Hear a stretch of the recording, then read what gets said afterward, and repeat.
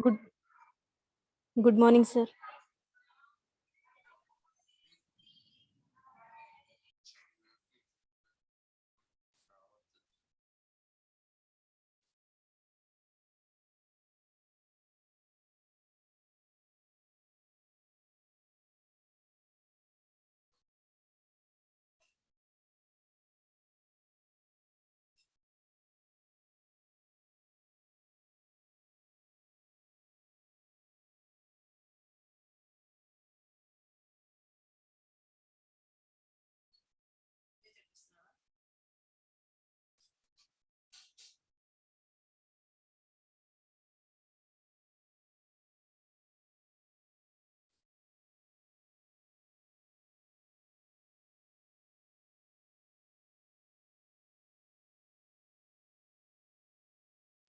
Good morning, sir.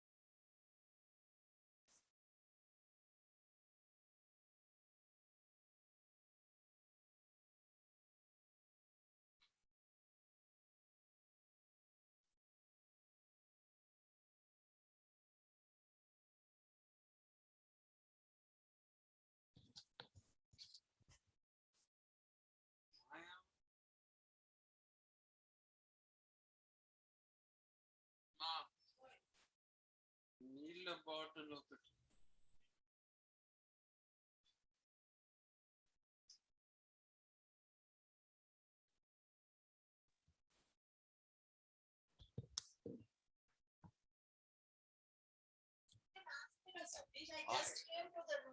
I called you.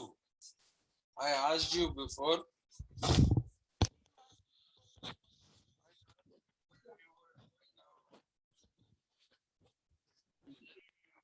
I called you again. You didn't hear me, sir.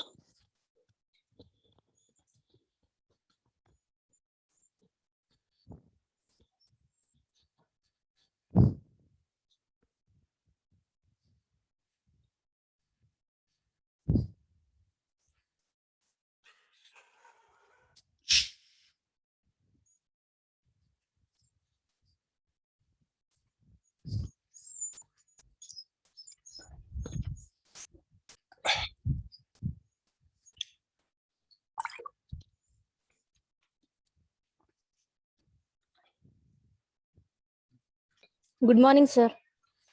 Good morning.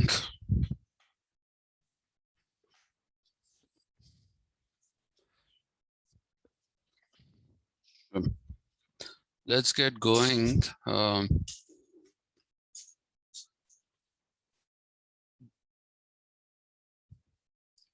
We were just let me briefly recapitulate what we were doing yesterday. Yesterday we were doing two things. One which is not particularly important to us at this present context about John Locke, and that deals with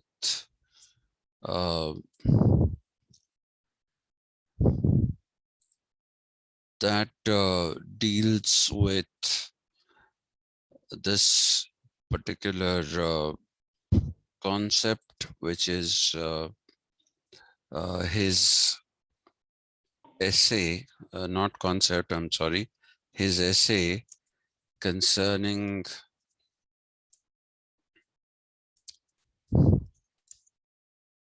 human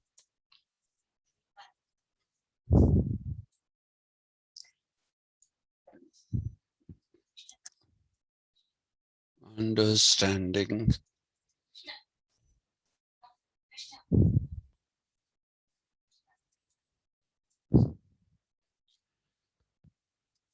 we were talking about this, and now if you remember what I said that this lays down the template for knowledge in the modern period, and it is because of this essay that we have what should I say? We have other, we have forms of knowledge such as positivism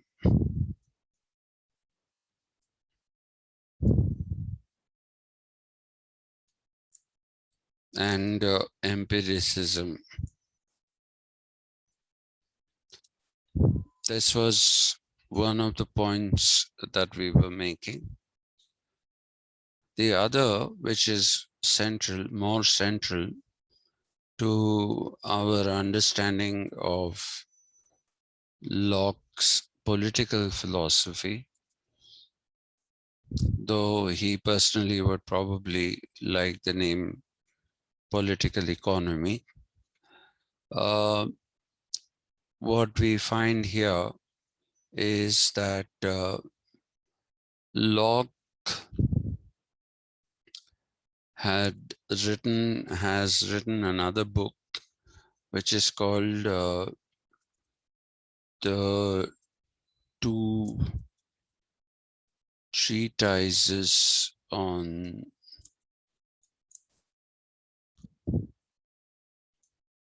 Government, in which the first treatise is to refute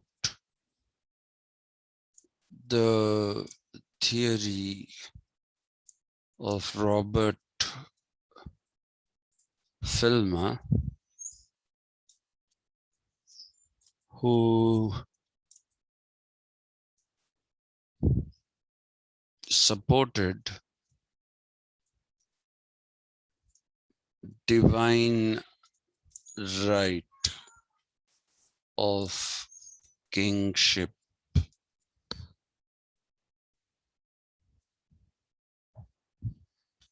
Divine right of kingship. So the first treatise is for the refutation of that.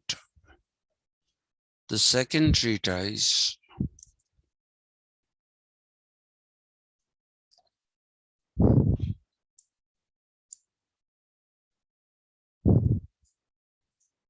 is about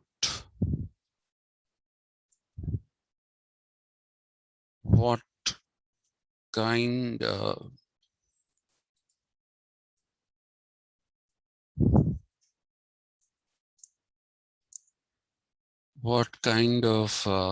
government he wanted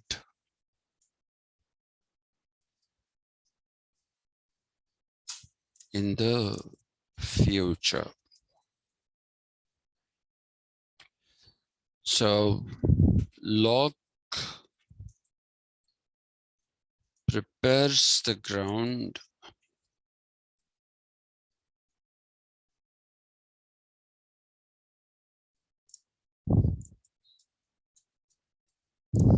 for the government of the future by actually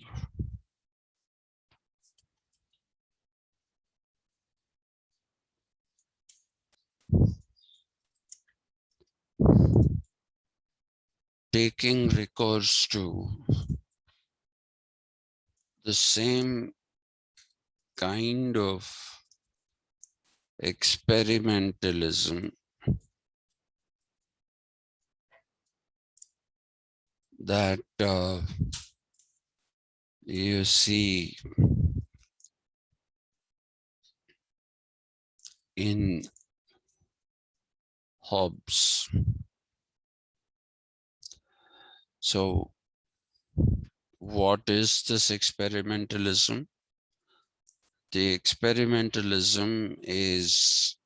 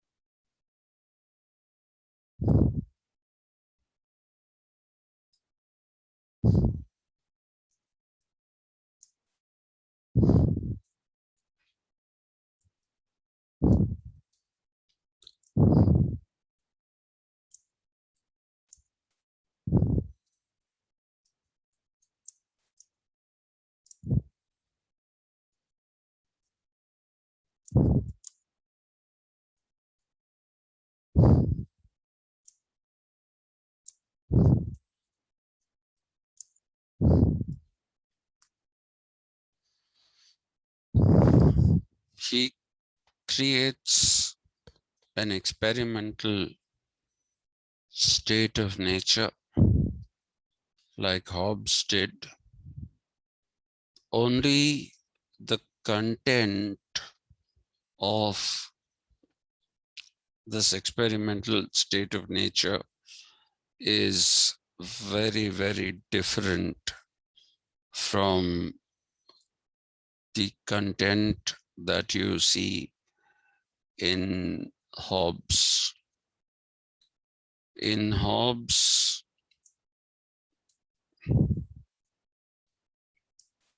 the state of nature is pre-social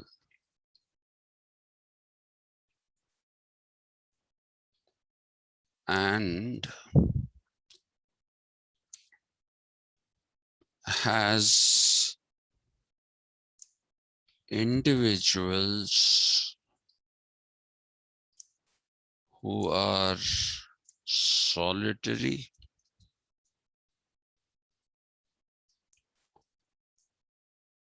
nasty,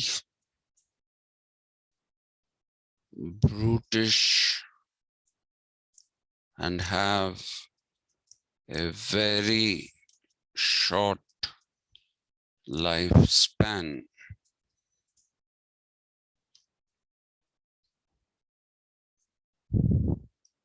So it is a state of war of all against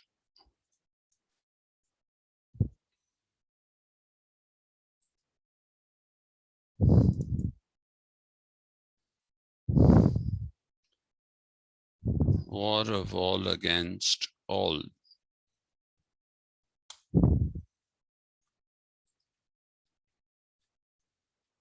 Okay.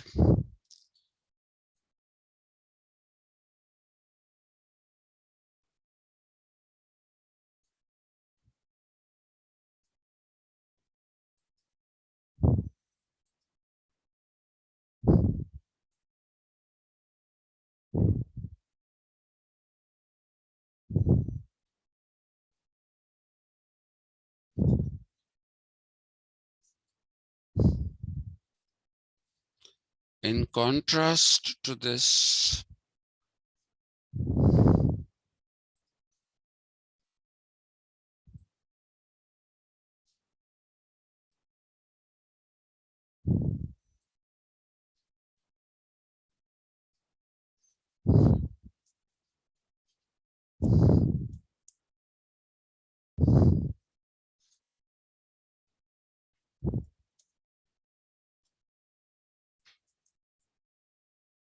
In contrast to this, you have the Lockean state of nature,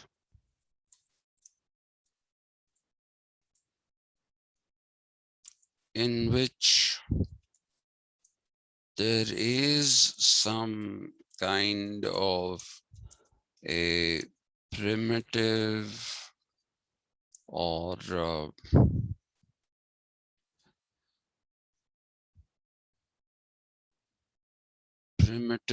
or rudimentary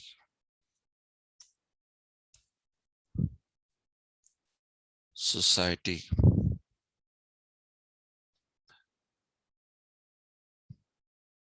Hence, you will see that the state of nature in Hobbes, in Locke, presents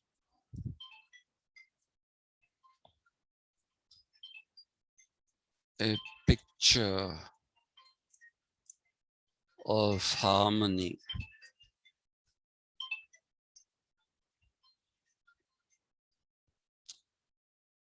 Presents a picture of harmony.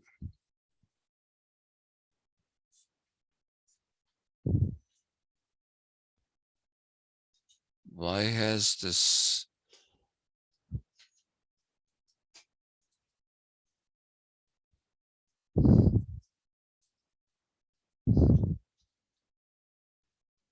picture of harmony with the three limitations?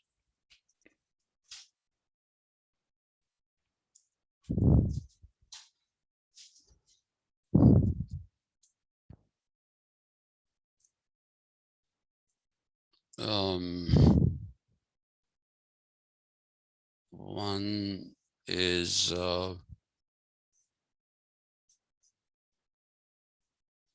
spoilage limitation.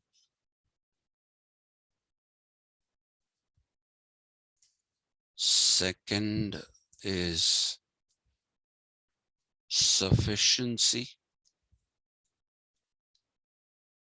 And third is the labor limitation. Locke says these limitations have been put in place for the sake of operationalizing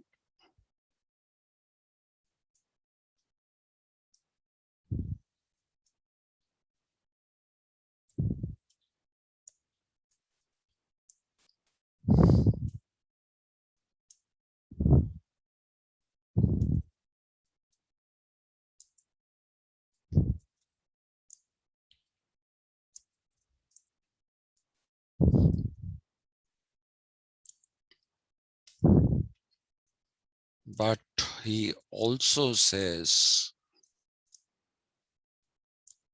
that these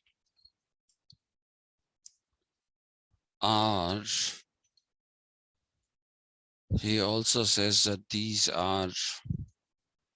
uh, restrictive in generating wealth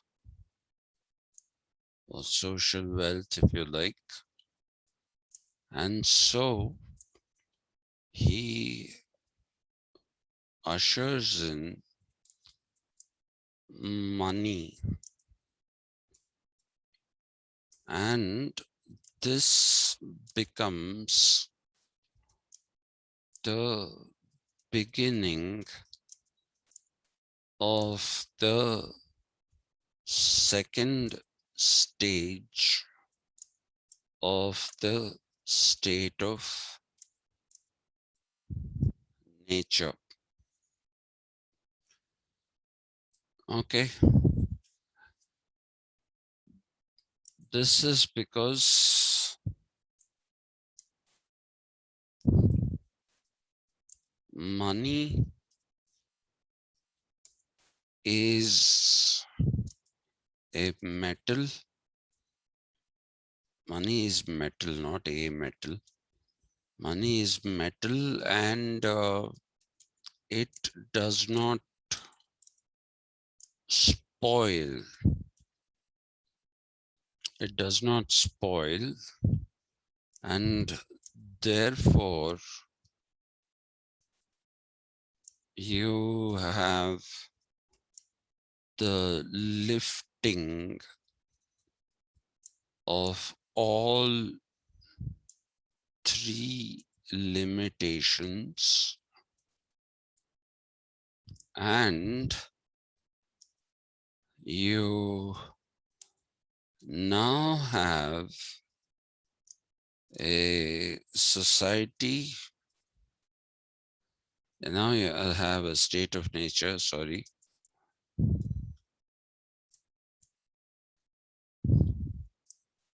in which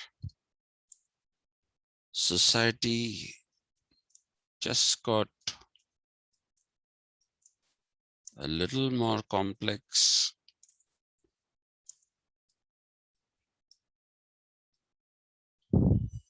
and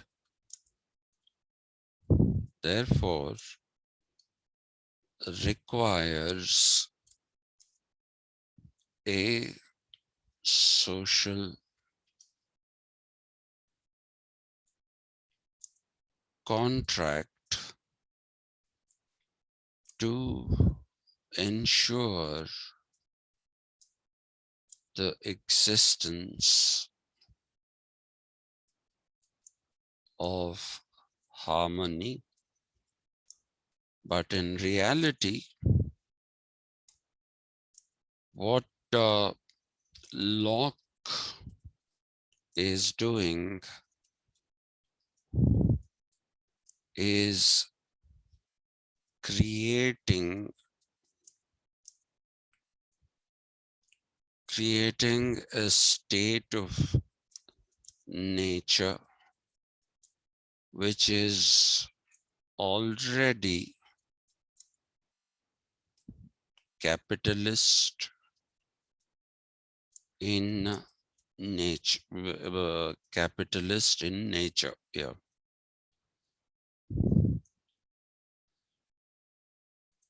So this is what we did yesterday. I am not going to go into any of those things that I finished yesterday.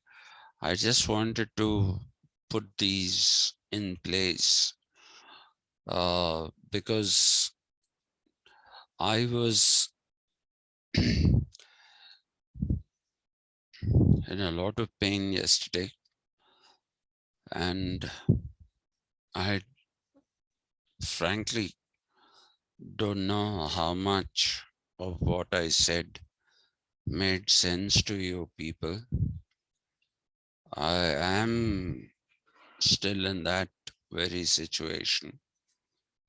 But I thought I should put this in perspective, because unless and until you understand this properly, you will not understand the rest of Lockean philosophy or his political economy, which we will be discussing very shortly.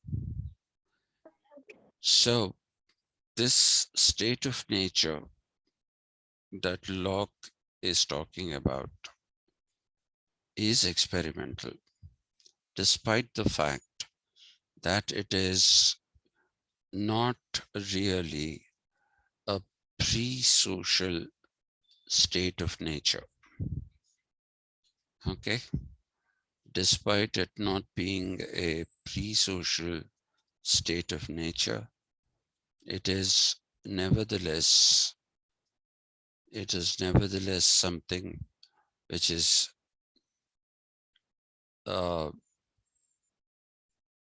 experimental. So one might ask the question, why does Locke need an experimental state of nature? In the case of Hobbes, it was very obvious. He was looking for a certain kind of authority which he believed had the potential to ensure a proper society, which was missing in his own time. I told you that the state of nature in Hobbes is not to be taken as a chronological state or something that existed at some time in human civilization. The state of nature, as talked about by Hobbes, never ever existed in the in human civilization. Okay, and he created that kind of a thing with the primary intention of trying to make people understand the necessity for a different kind of authority, since the existing authority, since the existing forms of authority were proving to be extremely inadequate in terms of controlling people. He therefore wanted to start with a clean slate when he wanted the creation of the kind of authority that he was looking, which is looking at, which is in the form of the Leviathan, or this sovereign who has all powers and takes away the natural rights given to the human beings.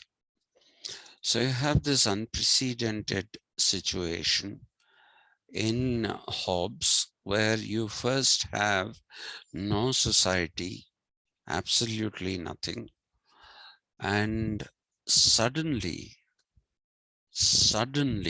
you find yourself looking at a society which has this overwhelming sovereign, and he doesn't disclose if this sovereign is one person, or if it is a group of people, or if it is some kind of an institution. He doesn't disclose that. He seems to have left it to people to decide what kind of authority they should have. So he prepares this clean slate with the help of his state of nature and that experimental state. And through that, he is basically establishing the kind of authority he thinks is good for human society.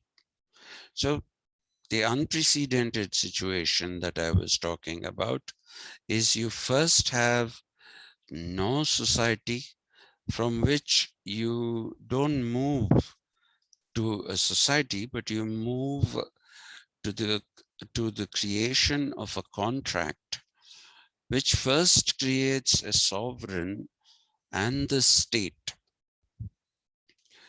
Sovereign and the state is basically what you find in Hobbes. You find that he's kind of first created a sovereign and a state, and because of the kind of absolute sovereign that exists, and because of the state taking away rights of the people, he says there is a possibility of now having a society. So what Hobbes is doing is upsetting the chronology in the sense that Hobbes is no longer looking at the chronology of first having society, then having state, and then sovereign. It's the reverse direction for him. Okay, he's going in the reverse direction. And this is necessitated by what he sees during his time. So the question now that comes up is, why does Locke need experimentalism at all? Okay, why does he have to talk about this experimental stage, which is the state of nature? And unlike Hobbes, his state of nature has two stages, not one. Why does he need to do this? That is basically the question. Please excuse me a minute.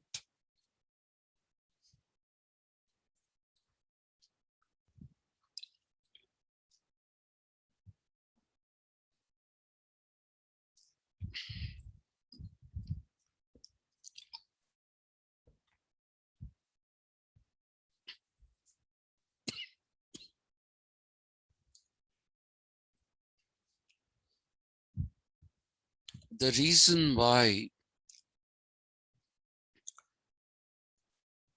Locke performs this experiment is twofold. First and foremost, he wants to establish a certain kind of a state. Okay, he wants to establish a certain kind of a state, and he also wants people to have rights. And to make this acceptable to all, he is basically saying that the rights of people as such are those which the rights of people are those which are given by nature itself. That's what he wants to establish. And his the right that he's trying to establish more than any other right is the right to private property. Now, by the time Hobbes was writing, capitalism had just shown its face. It hasn't emerged completely. But when we basically look at what happens in Locke, Locke is trying to actually trying to usher in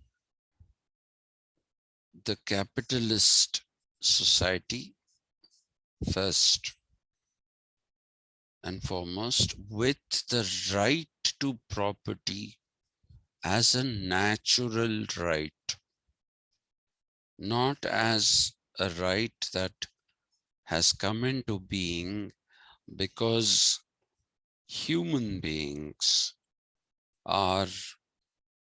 they agree upon having these rights.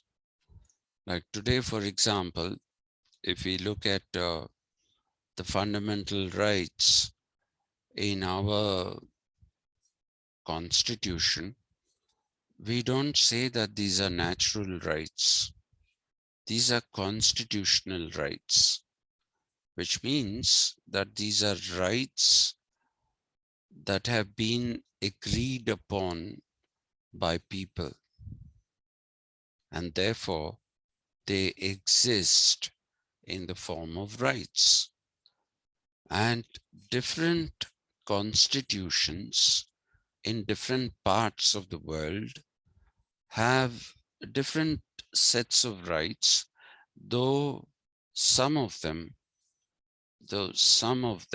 are common to all, but not all are there in every constitution. Now, Locke didn't want to leave anything to chance. So for him, it was absolutely necessary to establish the idea that the right to private property is a right given by nature itself, and therefore it is incontrovertible. There's absolutely no way you can say this is not a right. That is what he wants to establish. And for doing that, he creates these two stages of the state of nature. He creates, in the first stage, to keep people happy. He creates, especially those who are the religious sort and who believe that rights are God-given rather than nature-given, instead of so as to not hurt the sentiments of those people. He creates these limitations, the spoilage limitation, the sufficiency limitation, and the labor limitation. So what he's saying through that is that everything that God has given belongs to everyone. But he slips in a small little clause, which is things in nature belong to everyone. They're God-given. But he would say, if you expend your energy into the creation of something, then whatever you have created with your energy becomes an extension of yourself, and in that sense, it becomes yours. It becomes yours by your labor. Okay, so that is what he says. Clay, for example, belongs to everyone in nature. Nobody has a right to say that this is my clay. I'm talking about the first stage of the state of nature. This is, you don't say that this is my clay. What do? You make something out of the clay. Make a doll, and in making a doll out of that clay, what are you doing? What you are doing, in effect, is that you are basically,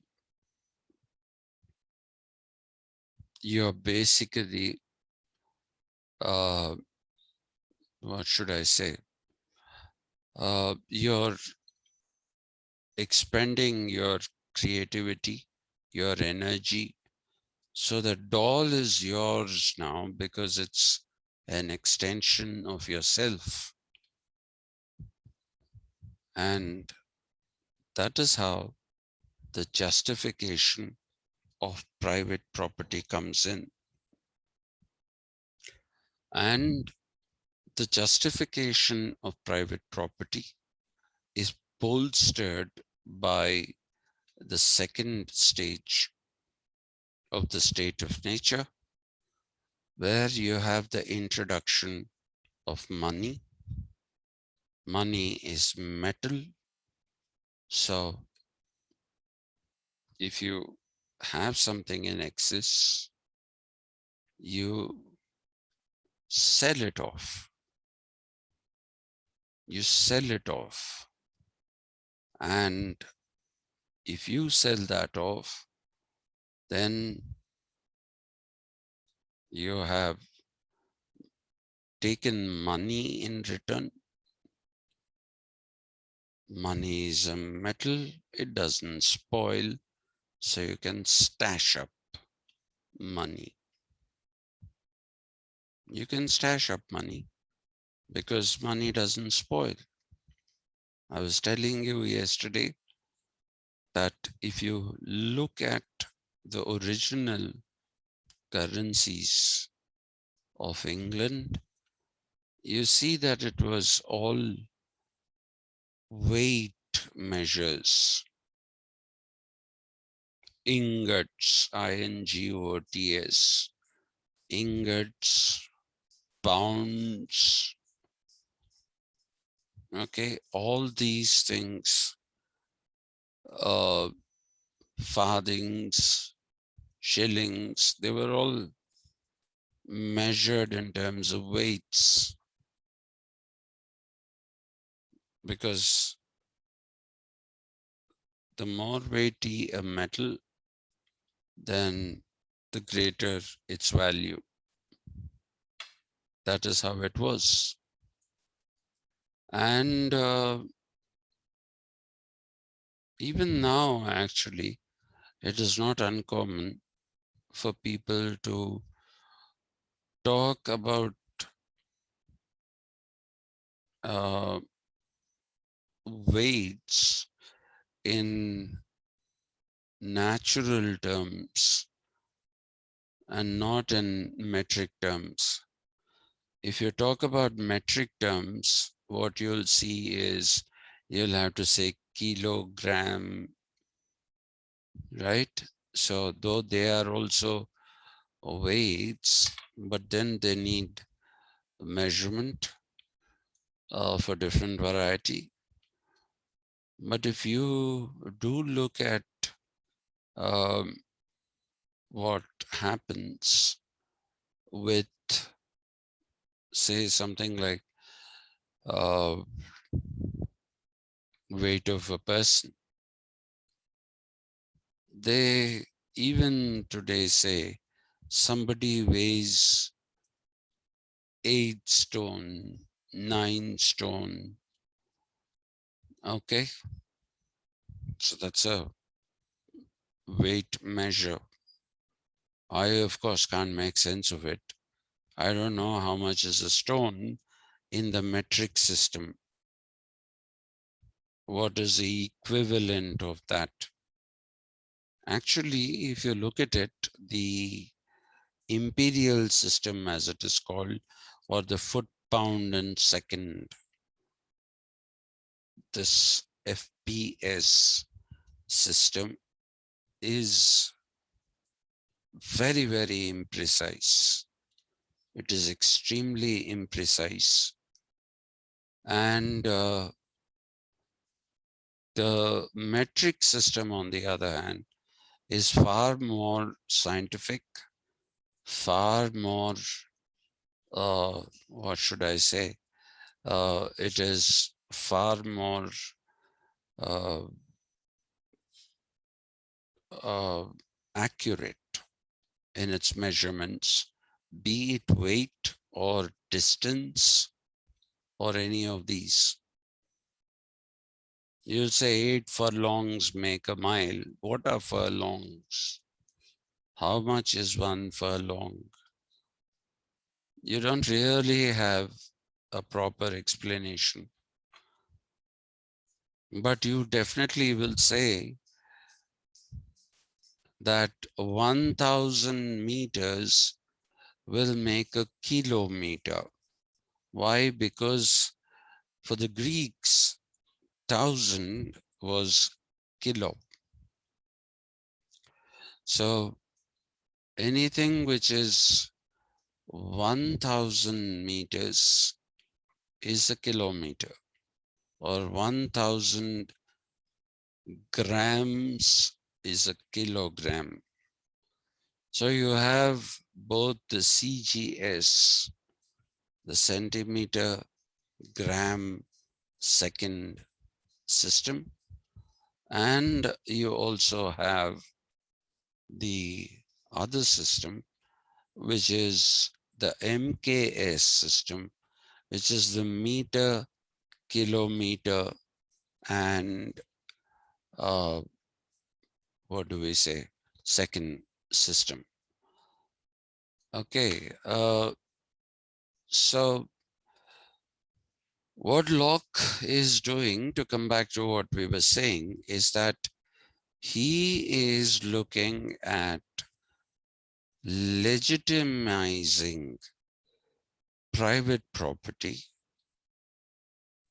in the state of nature itself. He's legitimizing private property in the state of nature itself. And the reason why he uses 2 stages is because he has learned his lessons from Hobbes. Hobbes went directly and attacked. And the result was nobody accepted him. Nobody accepted him. The church thought he was against the church. The kings and the feudal lords, they thought he was against them. And by taking away natural rights, people thought he was against people. So they burnt most of the copies of the Leviathan. Mercifully, some survived. Mercifully, some survived. So by attacking something head on, he realized that it became unacceptable to everyone. That is usually the case. If you put up a new argument,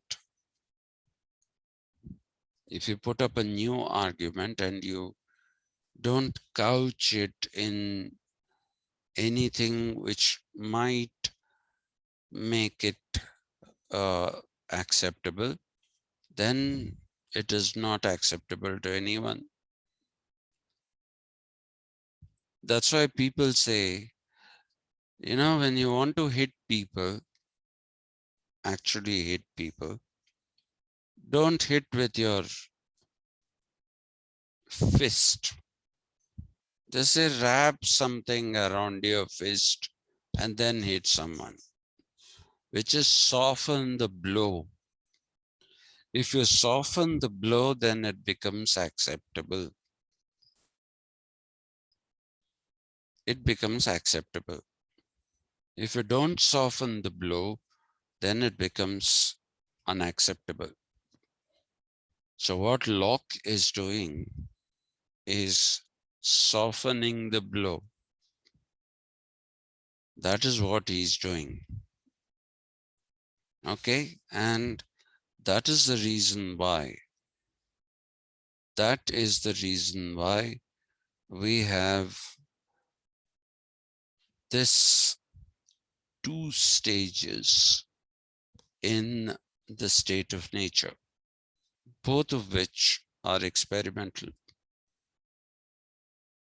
Both of which are experimental. Okay, have you heard of a right to property in any kind of a state of nature? There isn't. If you look at the primitive societies,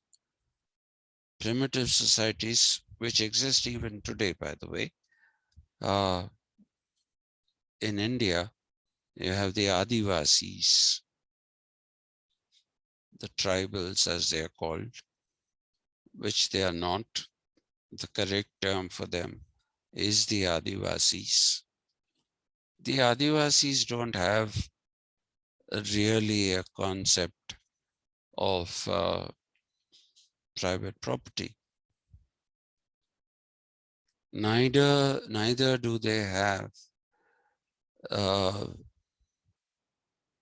concept of unlimited sovereign authority. They have none of those. They also don't have the division of work in their societies as we have them. Their societies are completely different. I once went with a friend who was working for an NGO to the Rampa Chodavaram region, and quite a few of them have now become Teluguized, but otherwise they have their own language. But despite all that, these people live a life which is very different from the life that we live.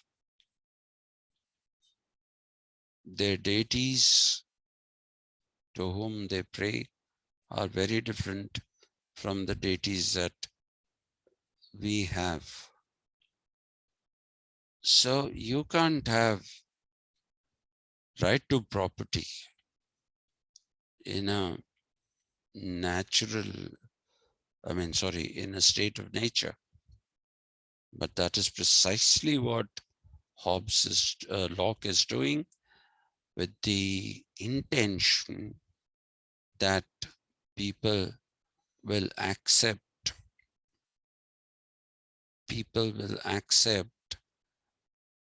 that as a right given by nature. So that is why the whole vocabulary of natural rights.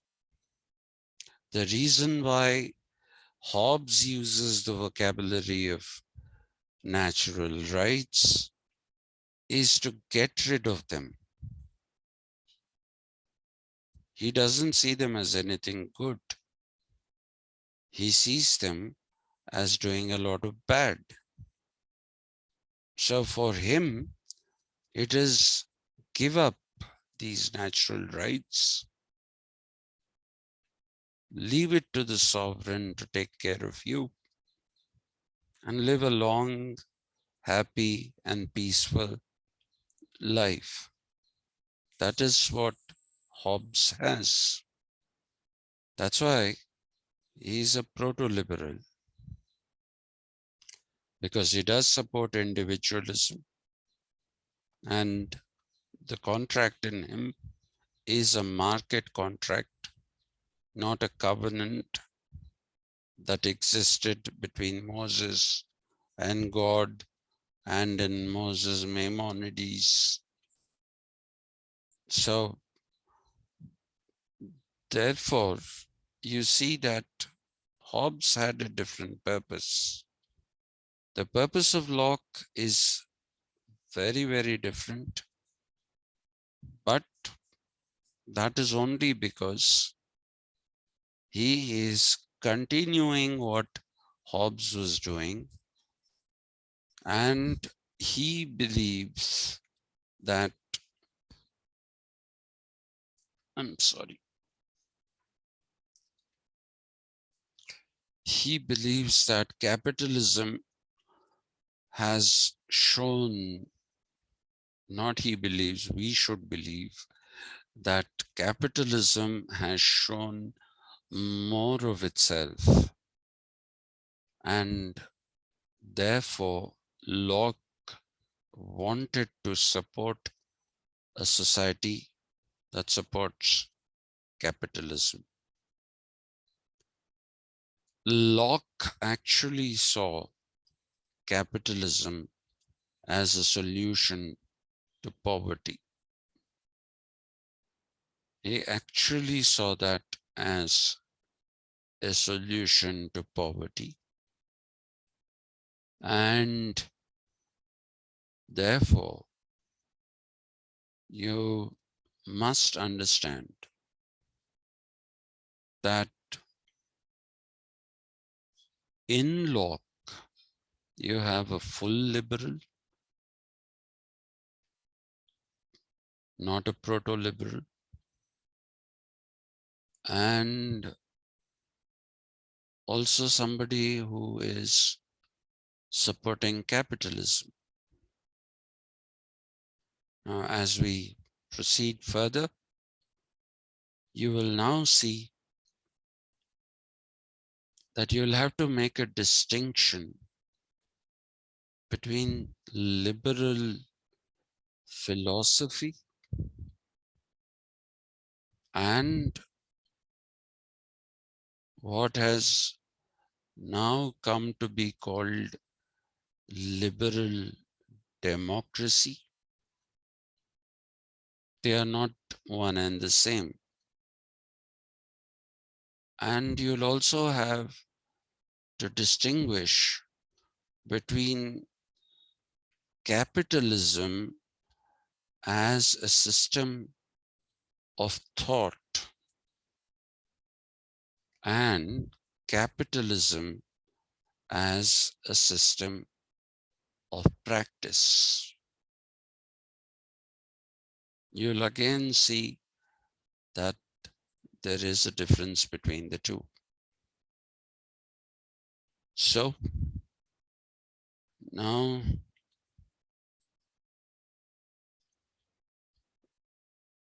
let's try to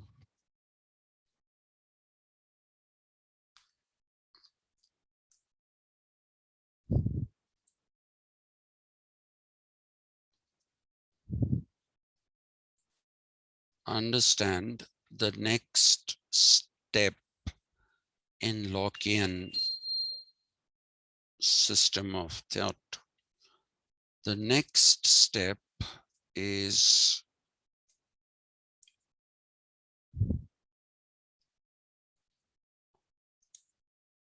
the social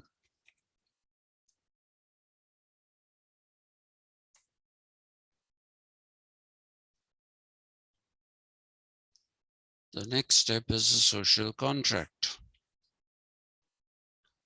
Then one can ask oneself this question: if everything is fine in the state of nature itself, and if the state of nature itself has given you the rights, including the right to private property, then why do you need a social contract? Why do you need a social contract? This is still the experimentalism of Locke. Locke is still being experimental when he's talking about the social contract. So you have to understand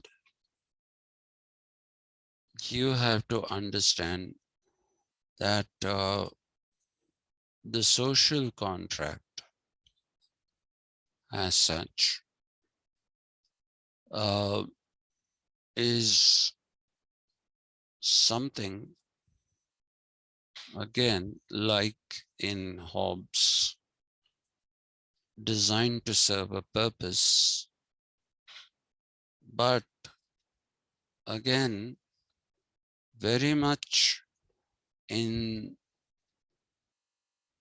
the fashion, or very much in the way in which Locke operates.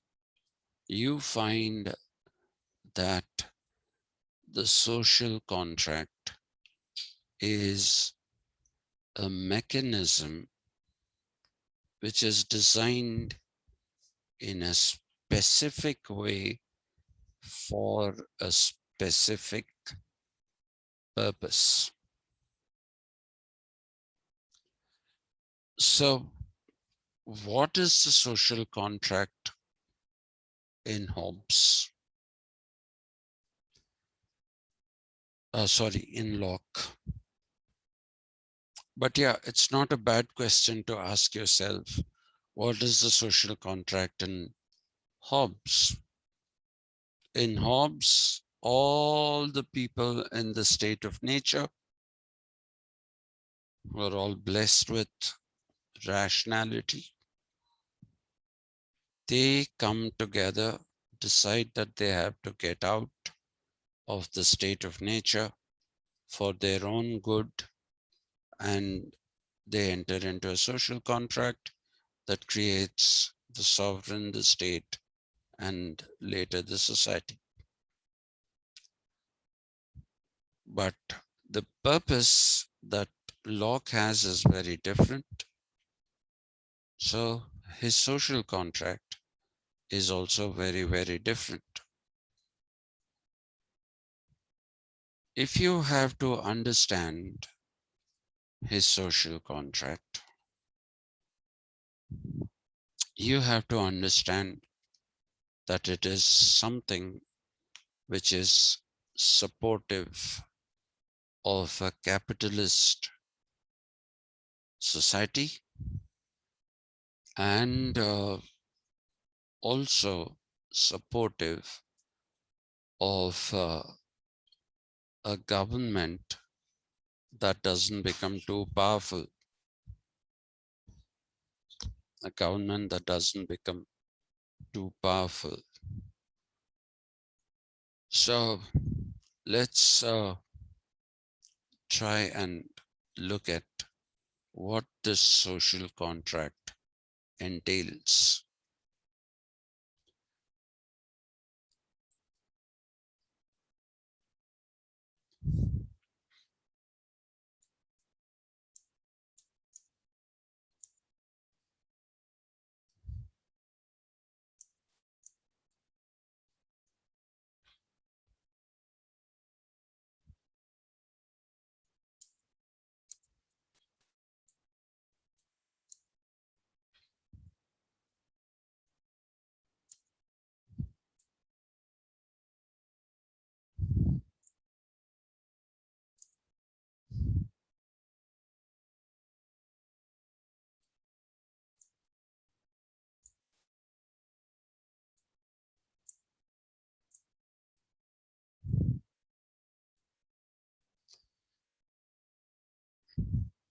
In Locke, you don't have one contract.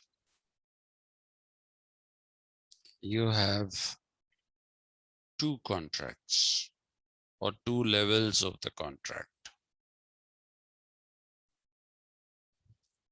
So, why does he need this?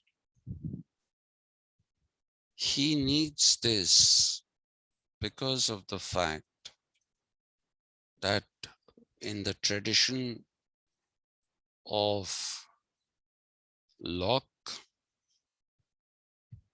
he too claims that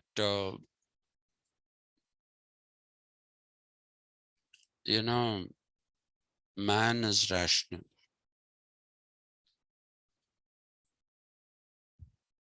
but he has a completely different meaning and a completely different purpose in talking about social contract existing at two levels and talking about man being rational. He can mislead you, and he does it deliberately.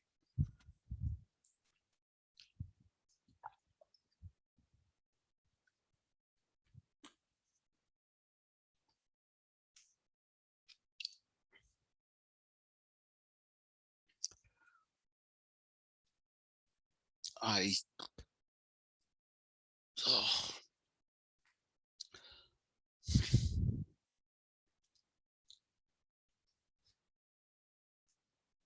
I'm in a lot of pain. Please, I'm sorry about this, all these contortions that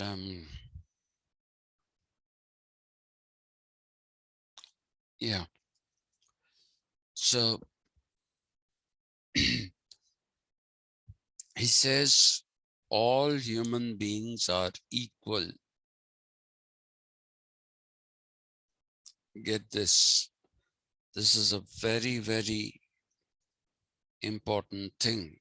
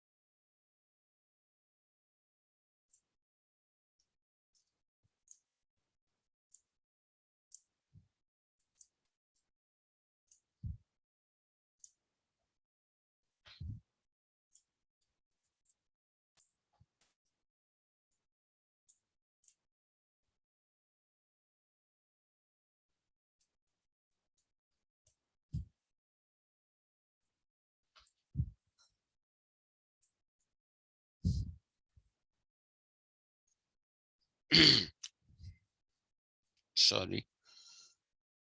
All human beings are equal because they are endowed with the quality of rationality.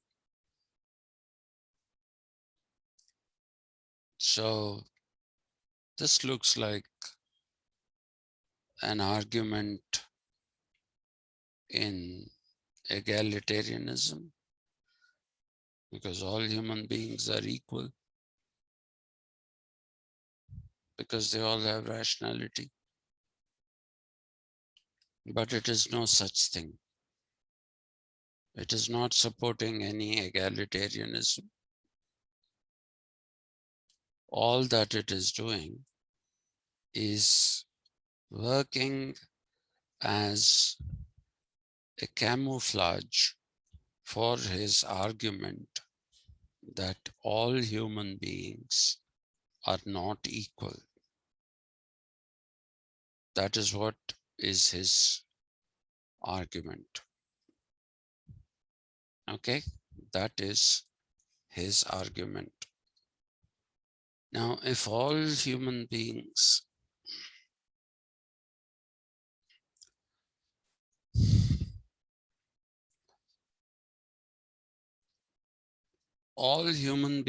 are equal because they've been endowed with the quality of rationality. And then comes the bummer, which is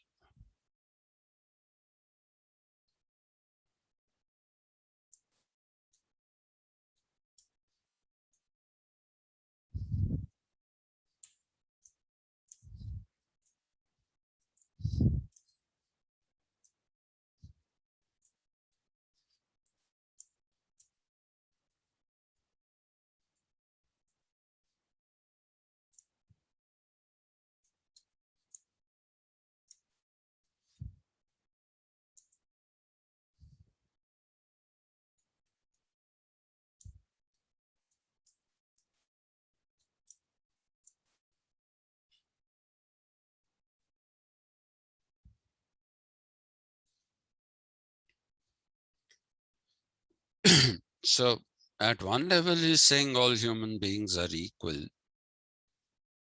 because they all have rationality. At another level, he's arguing that some people are more rational than others. That's what he's saying. Some people are more rational than others. So what is his purpose behind saying this? You have to understand, this is before the signing of the contract. Please remember this. You have to understand that Locke doesn't want everybody to be a part of the social contract. He wants only a few people. He wants only a few people to be a part of the social contract process. That is the thing that you must remember. And that his state of nature is nothing but a reflection of capitalist society is available to us from a quotation that you will find in the second treatise on government.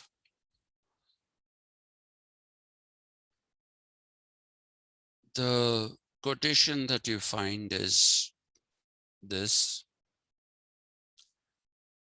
the grass that my horse bit. Okay, let me put it here.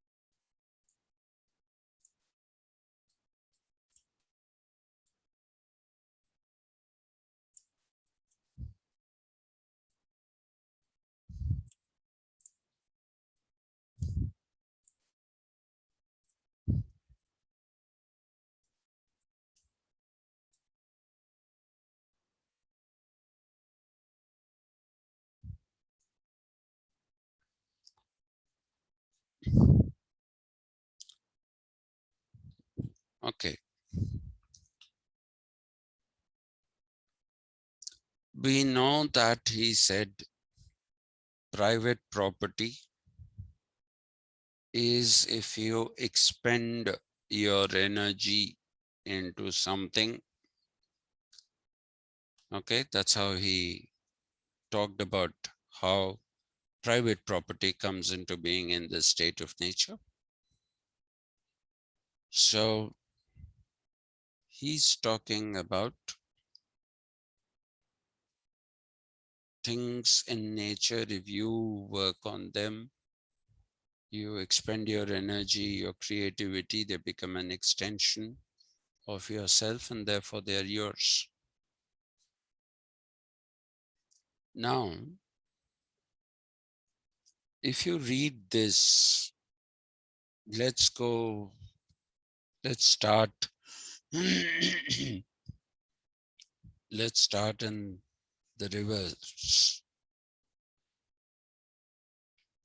The ore that I have dug out from somewhere in nature is mine by my labor. Sorry. The ore that I have dug out from somewhere in nature is mine by my labor. Makes sense according to his theory of how private property comes. I have labored in digging out the ore. I put my labor into digging that ore out of somewhere in nature. So that is mine by my labor. Nothing wrong with that. Absolutely nothing wrong with that. It's very consistent with what he says about how you acquire private property.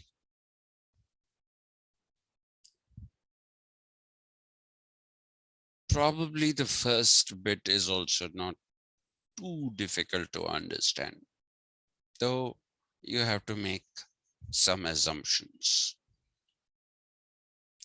The grass that my horse bit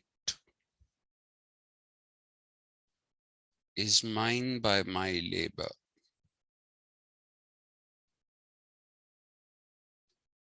The grass that my horse bit is mine by my labor. Here you have to exercise your brain a bit. What exactly is he saying? There is already a statement there that the horse is his. The grass that my horse bit, not any horse. Not any horse. The grass that my horse bit.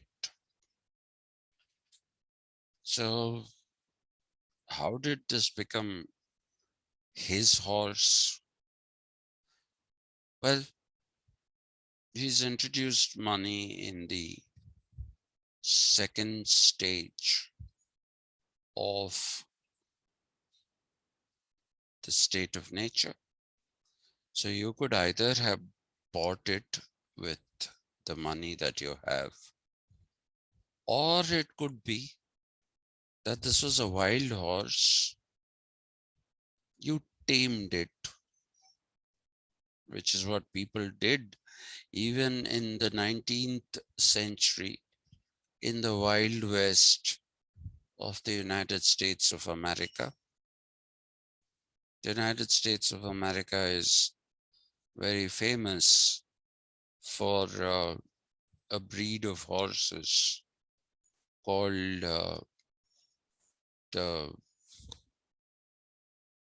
a breed of horses called the Mustangs. Okay, they are very famous for that. And the Mustangs are amazing horses. They're not very big, but they're powerful.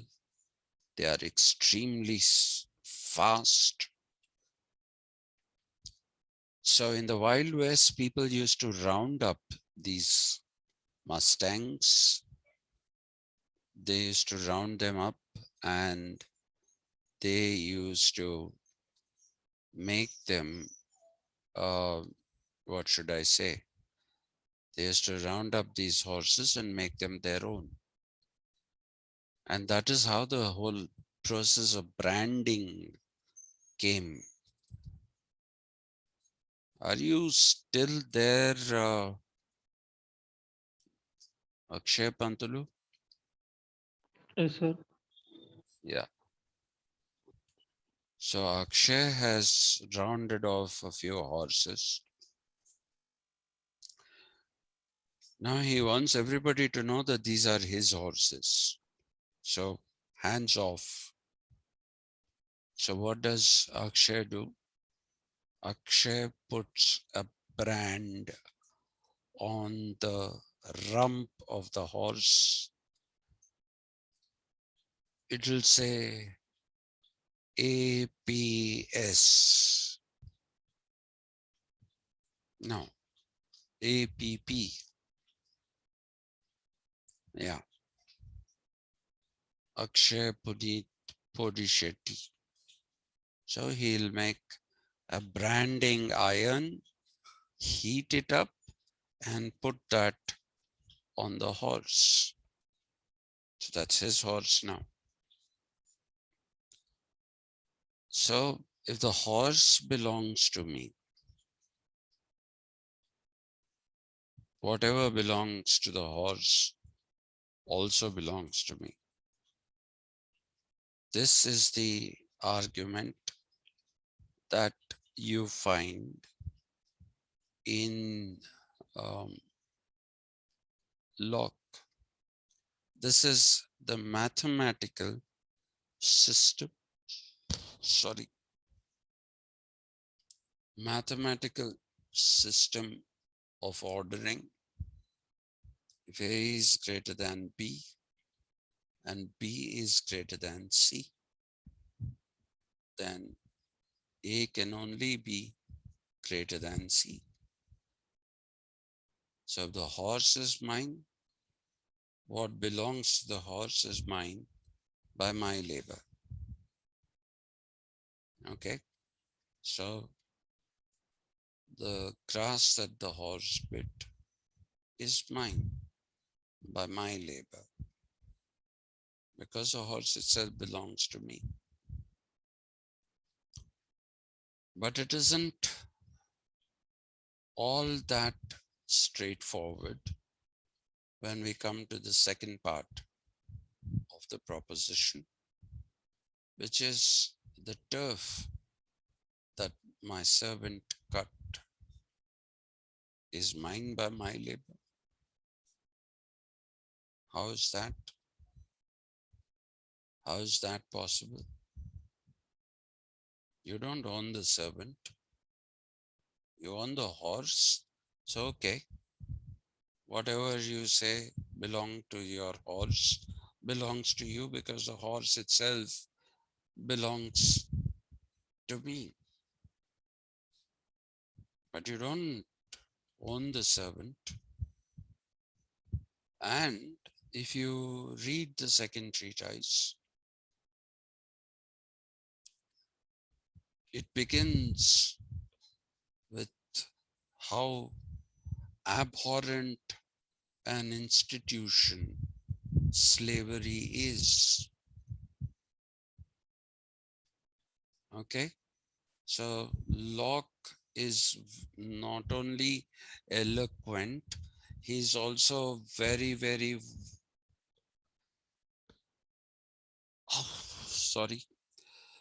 very, very voluble. He's very, very voluble in his theory that the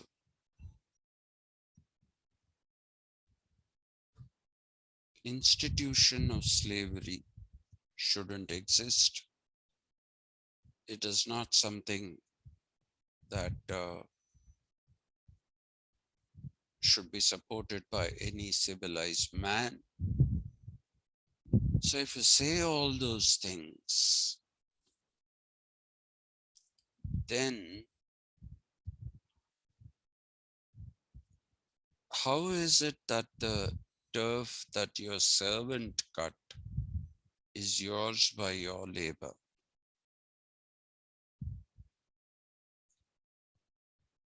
Here, you have to assume that the second stage of the state of nature is nothing but a capitalist stage. It is a capitalist stage because there is wage labor. There is wage labor. Okay. You have wage labor because in capitalism, all relationships, are based in exchange,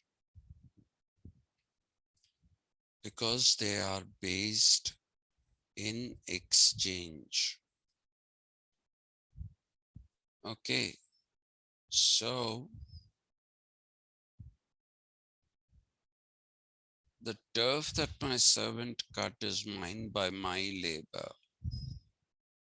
is basically an indication of wage labor, which is a part of the system of exchange that you find in capitalism.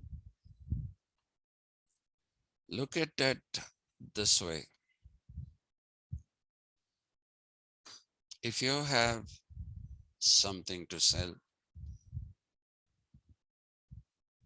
and I have something to buy,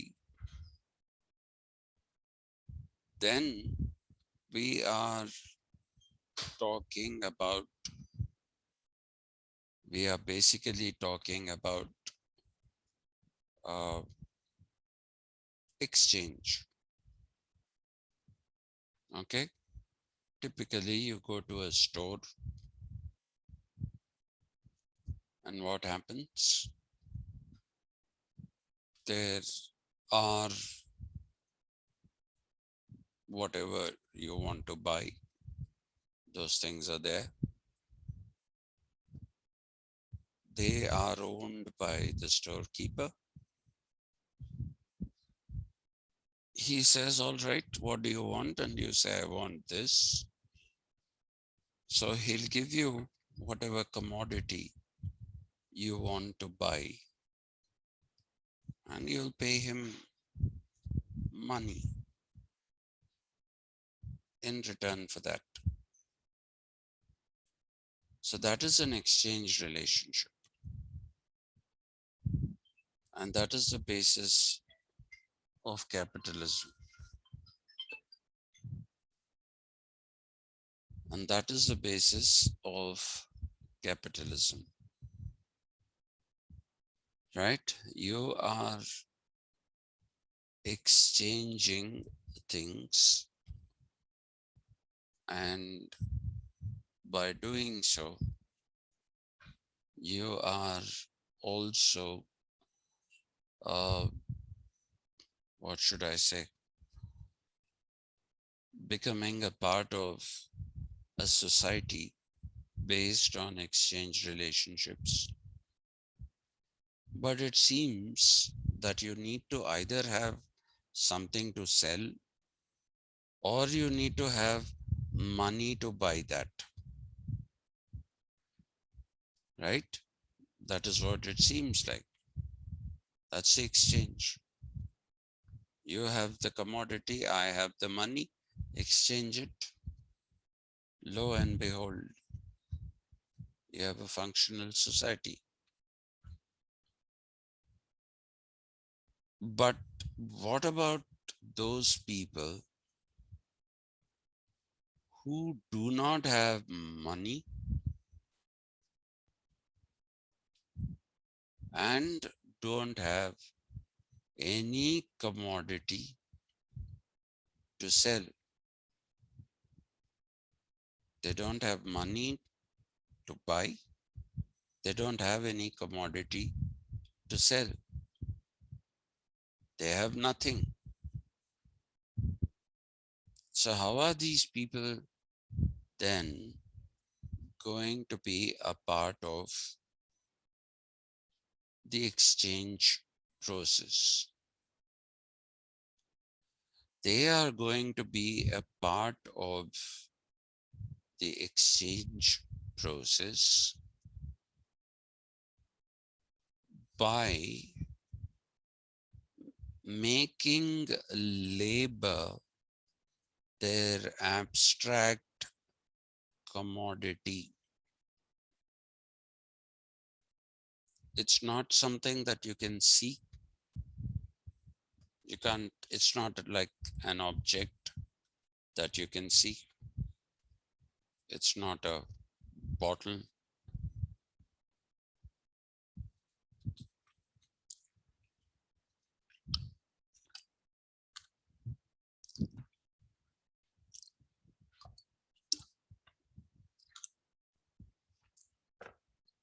Yeah, so it's not a bottle.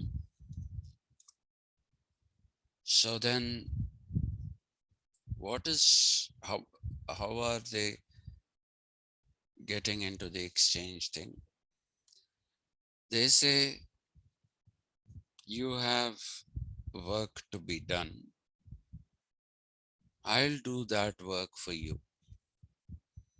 And in return for the work that I do,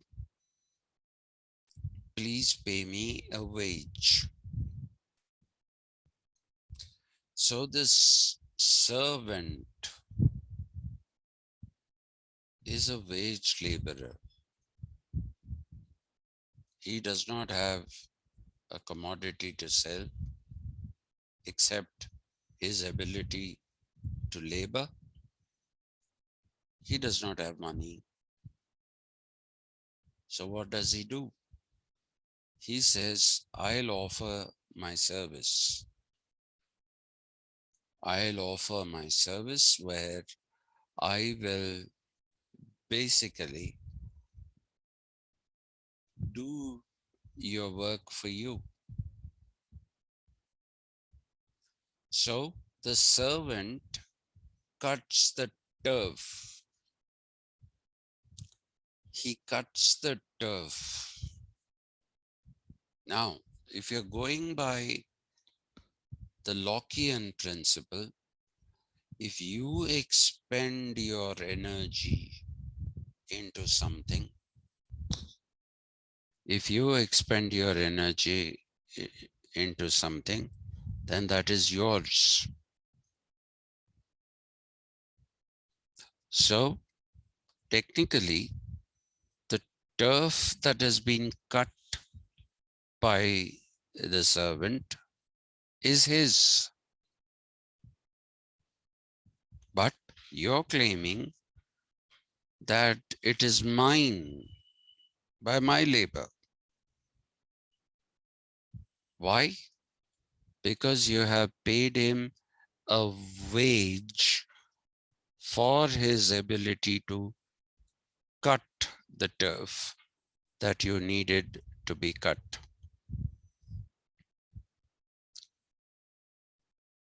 That is the rationale. So the second stage of the state of nature is already a capitalist stage. There's wage labor in it. There are people who are taking part in the exchange process by putting out their abstract,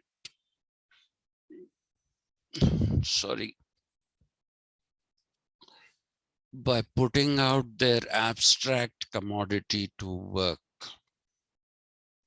and are getting paid for that. And when you pay for that, when you take a wage for something, then you're alienating your labor. By alienating your labor, you're also alienating the product of your labor.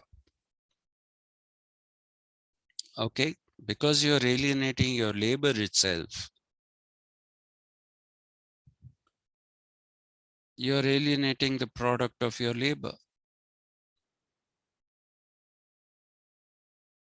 That is the justification for private property of a capitalist variety in the second stage of the state of nature. So we have this situation where the contract has to be signed as a entered into. But Hobbes is generous when he says everybody enters into a contract. Locke is not generous. Locke is not generous. Locke basically says we'll enter into a contract in a different way. Now, I originally thought that I can take a class this evening, but I'm in a lot of pain and I've had no sleep yesterday because my little doggy had to undergo surgery and the poor thing was in pain and she kept crying through the night. So I had two pains, mine and hers. So please excuse me if I will not have a class this evening. We will start classes tomorrow evening. Okay, sir. Okay. Thank you very much. Tomorrow we should finish off Locke. Thank you. Thank you, Thank sir. you, sir. Thank you. Thank you, sir. Thank you.